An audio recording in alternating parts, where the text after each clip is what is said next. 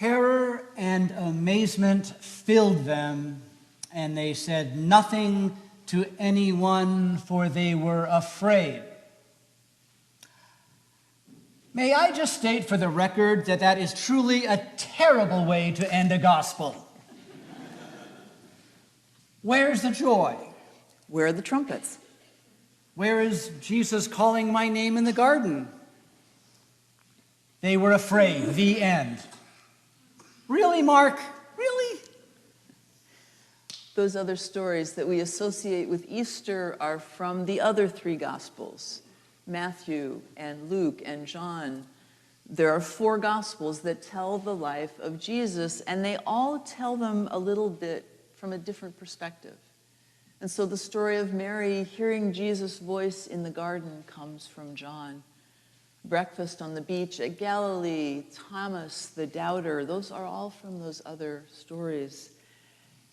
Mark was written first of those Gospels, and it's the shortest. And the bluntest. Absolutely. And on Easter, it's definitely the weirdest. That ending is the original ending of Mark, and it's made people uncomfortable for 2,000 years. So much so that 100 years or so after Mark was done, other well-meaning Christians added nicer endings onto it. So if you read in your Gospel of Mark and you're like, wait, it keeps going after, for they were afraid, those were additions that were put in later. Now, I am really glad we have 4 different Gospels with 4 different perspectives on who Jesus was and what his being with us means. The different perspectives are, well, like different eyewitness accounts of a big event, or like a Cubist painting by Picasso with multiple perspectives all at the same time. The different perspectives give us a more complete and much more complicated portrait of who Jesus was. And we are challenged to find Jesus in the tension between them.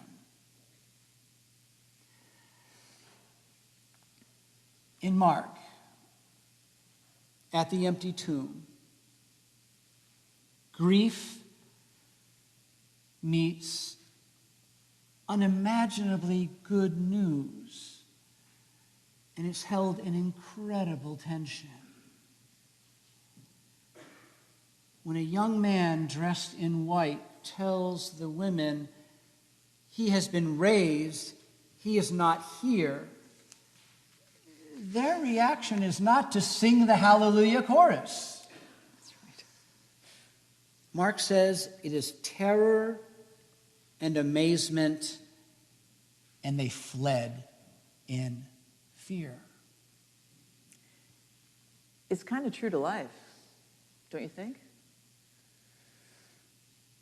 They acted the same way that we act when we're faced with something that we can't quite wrap our heads around.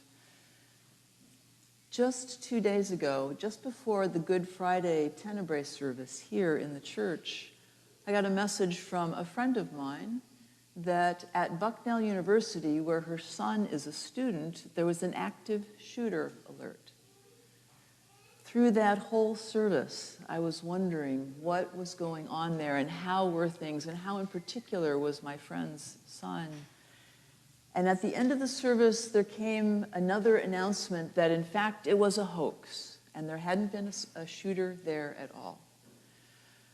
So of course we were immensely relieved, but not just relieved, we were also furious at what had happened.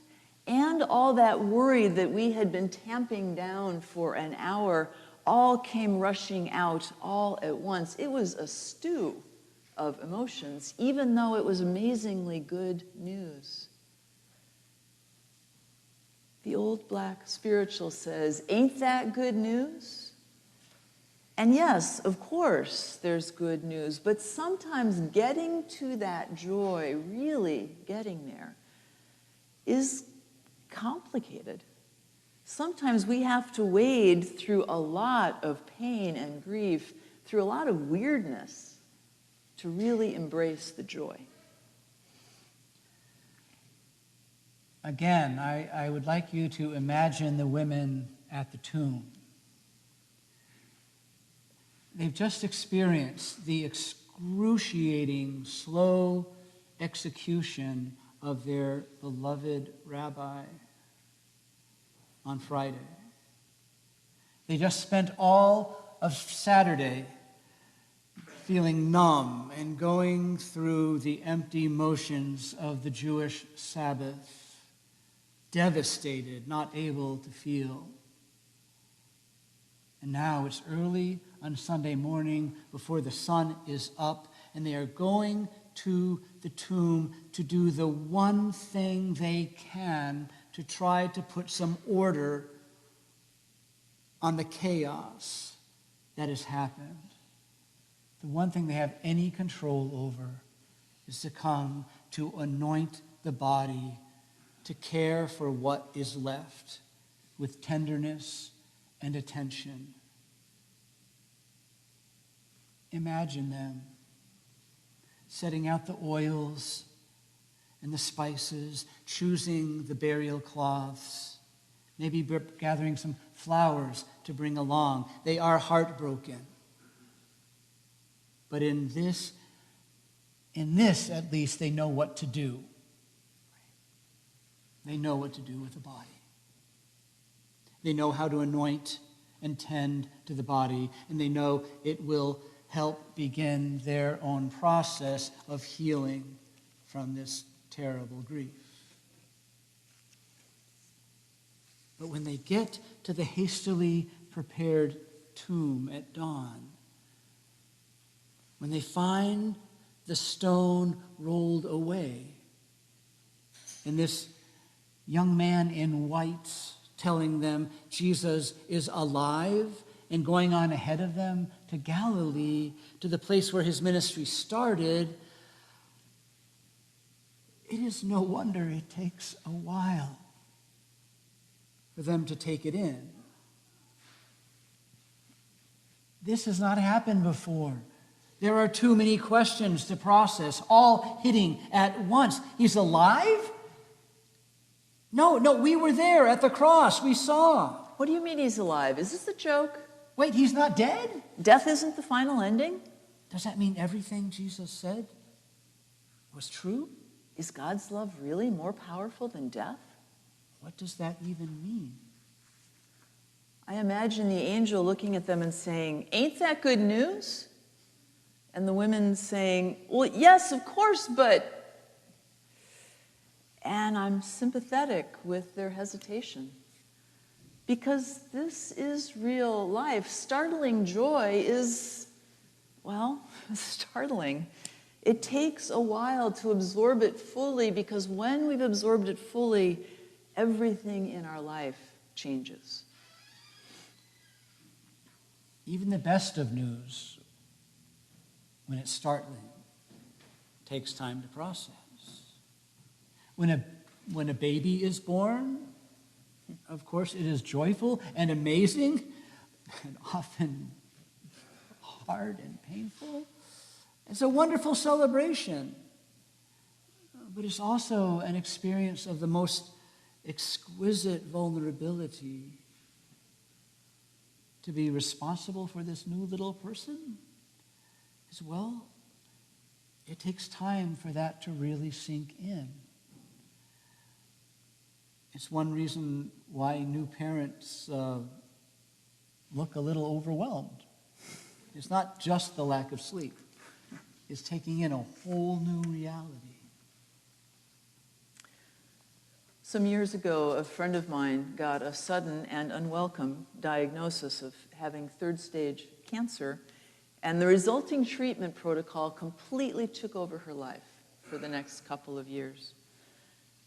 At the end of it, she was pronounced cancer-free, or as cancer-free as you're ever pronounced, right?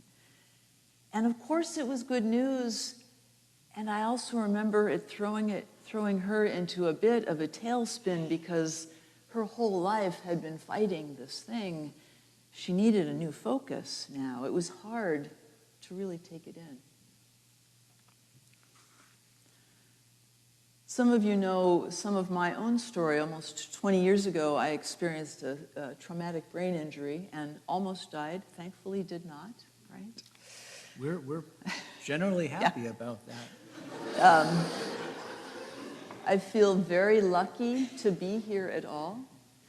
I also remember in those first months when I was still trying to work my way through rehab, and those of you who've experienced a brain event can relate to this, you don't quite know what you're going to come out of that with, right?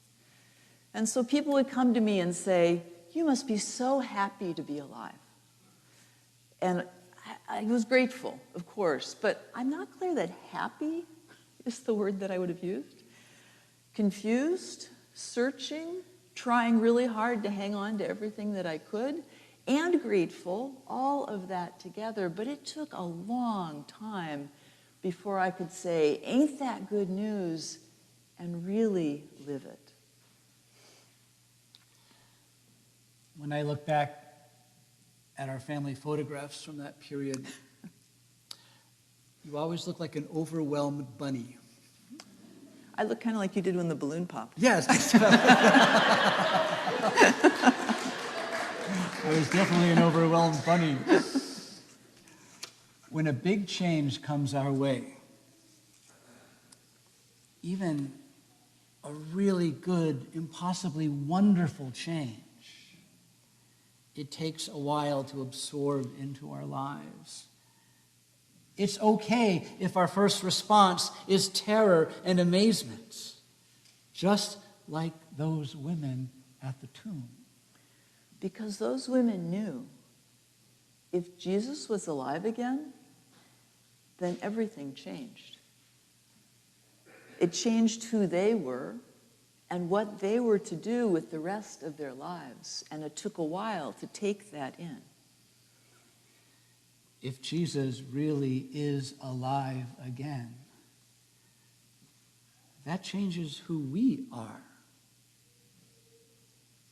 That takes a while to process. And that's one of the reasons that sometimes we meet, "Ain't that good news?" with, "Yes, of course," but because there are implications that take us a while to sort out. Life isn't going to be the same once we've really absorbed this, not just with our heads, but also in our hearts and spirits and our bodies. We aren't the same anymore. We see the world differently now. We see ourselves differently. There's no going back, not really, to the before time. So on Friday night at the Tenebrae service, after the active shooter alert turned out to be a hoax, everyone involved was still changed. For those students and their parents, their experience of the school as a safe place is forever shaken. And another change. Once everyone settled down after the hoax announcement, there was a rush of renewed appreciation of how precious life and love are. There were lots of hugs, there were lots of texts and phone calls saying, "I'm glad you're safe, I love you." Even with a hoax, the change was real. My head injury, too, changed some things forever. For one thing, I am completely hopeless with names. And I apologize in advance to any of you who I meet today because I'll meet you another time and have no clue what your name is. I'd like to say it's not my fault, but it just is who I am. Right? I'm Mitch. I'll work on that. And another change. Having brushed that closely to death, I can say that I'm not afraid of dying anymore. I didn't live in great fear of it, but I was nervous about it. Not nervous anymore. I'm not in a hurry, right? But when it comes, some part of me knows it's going to be okay. I can't really explain, Why or how? I just know. That's one of the good changes that came out of that. Being that each one of you here have lived a human life, we suspect that every one of you has experienced an ain't that good news moment that was, well, complicated. A time that your head knew it was good news, but it took your heart and your life a little while to catch up. A good news that changed your life in ways you might not have expected. I want you to think about that moment.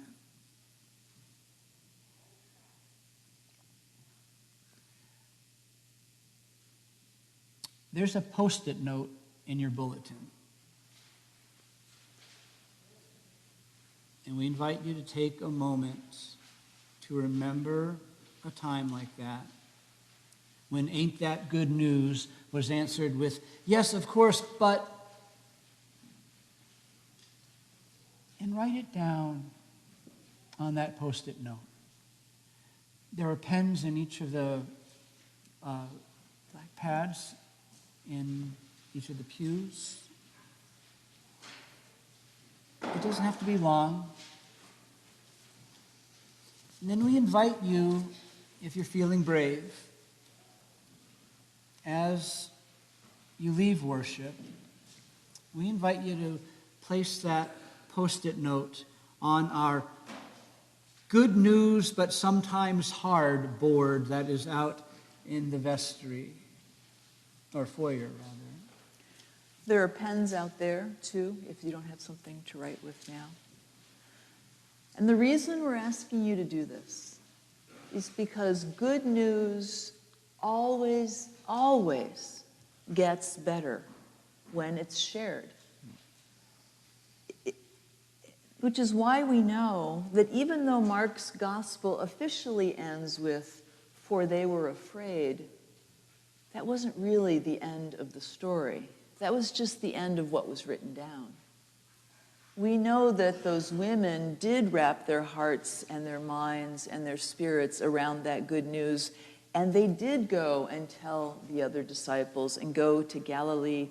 We know that their lives were never the same, and they were never the same, because if Jesus was alive, they knew that not fear and death, but love and hope have the last word, and they shared that with everyone they knew.